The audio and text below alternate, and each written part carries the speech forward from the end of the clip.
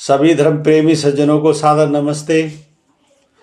साथियों, बहुत बहुत स्वागत है आपका मेरे इस YouTube चैनल पर, इस स्वाध्याय सत्संग रूपी आध्यात्मिक चर्चा में। आज पाश्चात्य संस्कृति के अनुसार नया कैलेंडर भी शुरू हो रहा है, तो सभी को 2024 की हार्दिक शुभकामनाएं। और जैसा कि आपको पता है, उपनिषदों पर हम चर्चा कर रहे हैं और उपनिषदों की श्रृंखला में कठोपनिषद इस समय प्रसंग में है।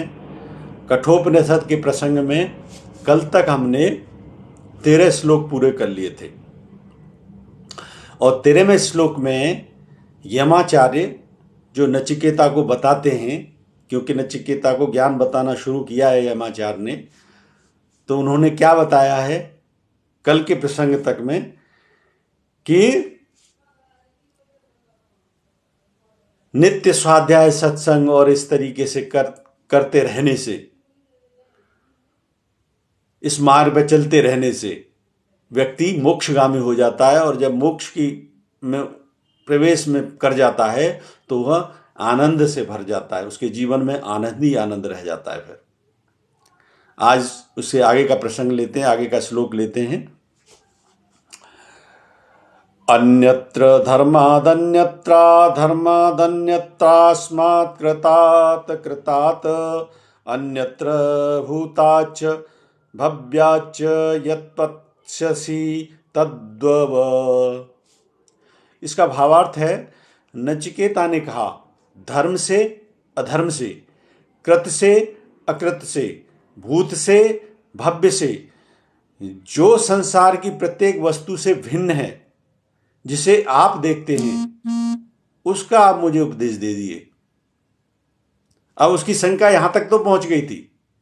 यमाचार्य ने उसको यहां तक तो बता दिया था कि इस मार्ग पर चलते हुए व्यक्ति मोक्षगामी हो जाता है और जब मंजिल उसको मिल जाती है तो वह पूरी तरीके से आनंद में पहुंच जाता है, क्योंकि ईश्वर के गुण स्वभाव सारे वहां पे स्थित हैं, विद्यमान हैं, और वही सुख का मार्ग है। तो अब यह नचिकेता ने क्या प्रश्न कहा है, फिर से नचिकेता का इस श्लोक के माध्यम से यमाचार्य से प्रश्न कर रहा है कि नचिकेता कह रहा है, धर्म से अधर्म से, यानी धर्म की क्रियाओं से अधर्म की क्रियाएं,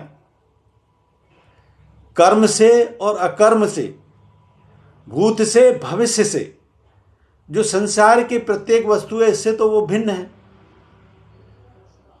तो जिसे आप देखते हैं उसका मुझे उपदेश दीजिए, मुझे तो उस तत्व ज्ञान को बताइए। अब तो धर्म से अधर्म से इसका क्या तात्पर्य है? प्राप्त होता है धर्म के मार्ग पर चलने से, अधर्म से तो व्यक्ति गिरता चला जाता है, पतित होता चला जाता है। इसलिए मार्ग तो धर्म का अपनाना चाहिए, लेकिन वो धर्म से मिलता कैसे है? और दूसरी बात, यो इससे भिन्न है, क्योंकि नचिकेता तो कह रहा है कि ये इससे भिन्न है। धर्म से अधर्म से मिलता है धर्म के मार्ग पर चलने से, लेकिन सिर्फ धर्म के मार्ग पर चलना ही परमात्मा मंजिल मिलना नहीं है, यह समझने का तात्पर्य है।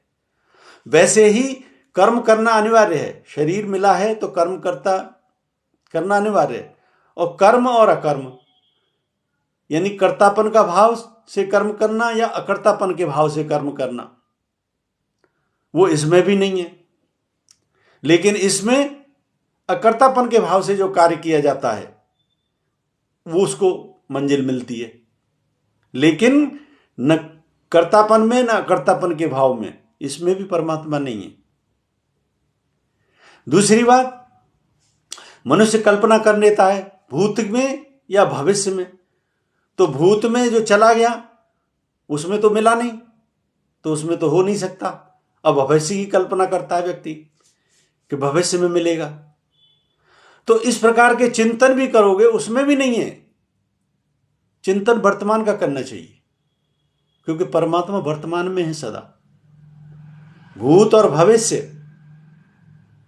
ये तो वही मन की डायमेंशन है। फिर भविष्य है, चला गया, उसमें नहीं मिला, और आगे की सोच रहे हो तो कैसे मिलेगा?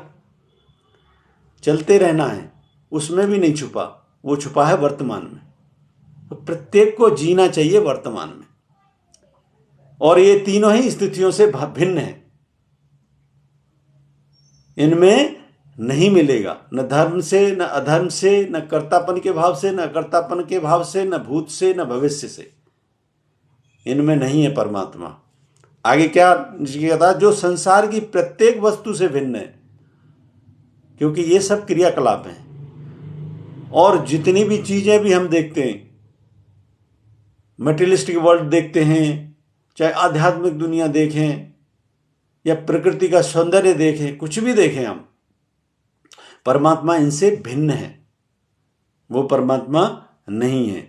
तो नचिकेता कह रहा है, जिसे आप देखते हैं उसका मुझे उपदेश दीजिए, यानी जो आप जानते हैं मुझे अब उसका मूल स्वभाव के बारे में बताइए।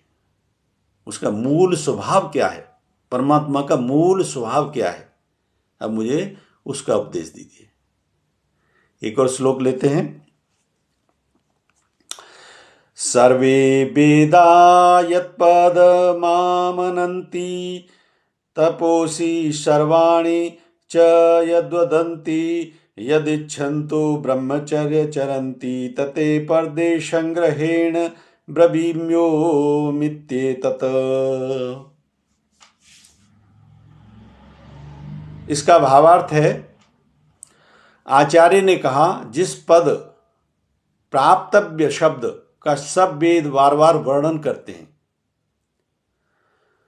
सब तप जिसको पुकारते हैं, जिसकी चाहना में ब्रह्मचर्य का आचरण करते हैं, संक्षेप में वह शब्द तुझे बतलाता हूं, वह शब्द ओम है। क्या निष्कर्ष बताया आचार्य ने कि वो जितनी भी कार्यकलाप होते हैं, क्रियाएं होती हैं इस मार्ग पर चलने से, वो निष्कर्ष में जो शब्द निकलता है वो ओम है। गुरु नानक देव ने क्या कहा था, एक ओंकार सतनाम। निष्कर्ष निकला कि नहीं, कि सतनाम वही है, एक ओंकार सतनाम। यमाचार्य क्या कह रहे हैं नचिकेता को, कि जिस पद प्राप्तव्य शब्द, प्राप्तव्य शब्द यानी वो शब्द है, वो गूंज है, वो एक अनसुनी ध्वनि है। मैं कहता हूं आध्यात्म की जितनी भी डायमेंशन है उनमें बहुत गहराई है। तो वो सूक्ष्म से सूक्ष्म ध्वनि है जो ओंकार की ध्वनि है। आप ये सब देख सकते हो कि ये जगत एम्प्लीफाइड स्वरूप है उसका यही विस्तार है जो हमको सुनाई देता है, दिखाई देता है।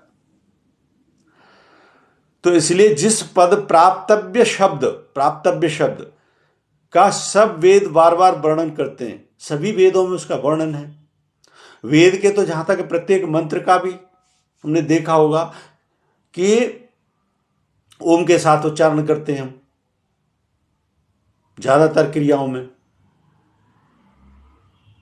सभी मंत्रों के आगे ओम लगा के फिर मंत्र को बोलते हैं। तो इसीलिए कहा गया कि वेद तो उसी का जो है ना सदा ही गुणगान करते हैं और उसी के बारे में बताते हैं। सब जिसको पुकारते हैं, सब उसी को पुकारते हैं, जिसकी चाहना में ब्रह्मचर्य का आचरण करते हैं।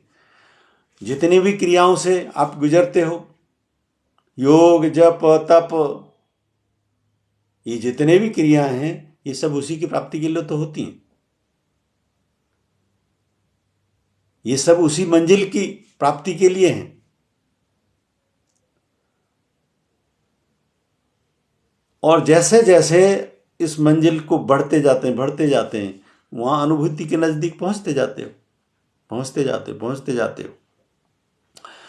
तो ब्रह्मचर्य तप, जितनी भी साधना की क्रिया होती है, ये सब उसी के लिए हम करते हैं। और संक्षेप में फिर यमाचार्य कहते हैं, अगर संक्षेप में जानना चाहता है तो इन सब का निष्कर्ष है कि वह शब्द है ओम। वहां तक पहुंचना है, उसकी अनुभूति तक पहुंचना है। अब ओम में सार छुपा हुआ है, सारा सार इस ओम शब्द में ही छुपा हुआ है।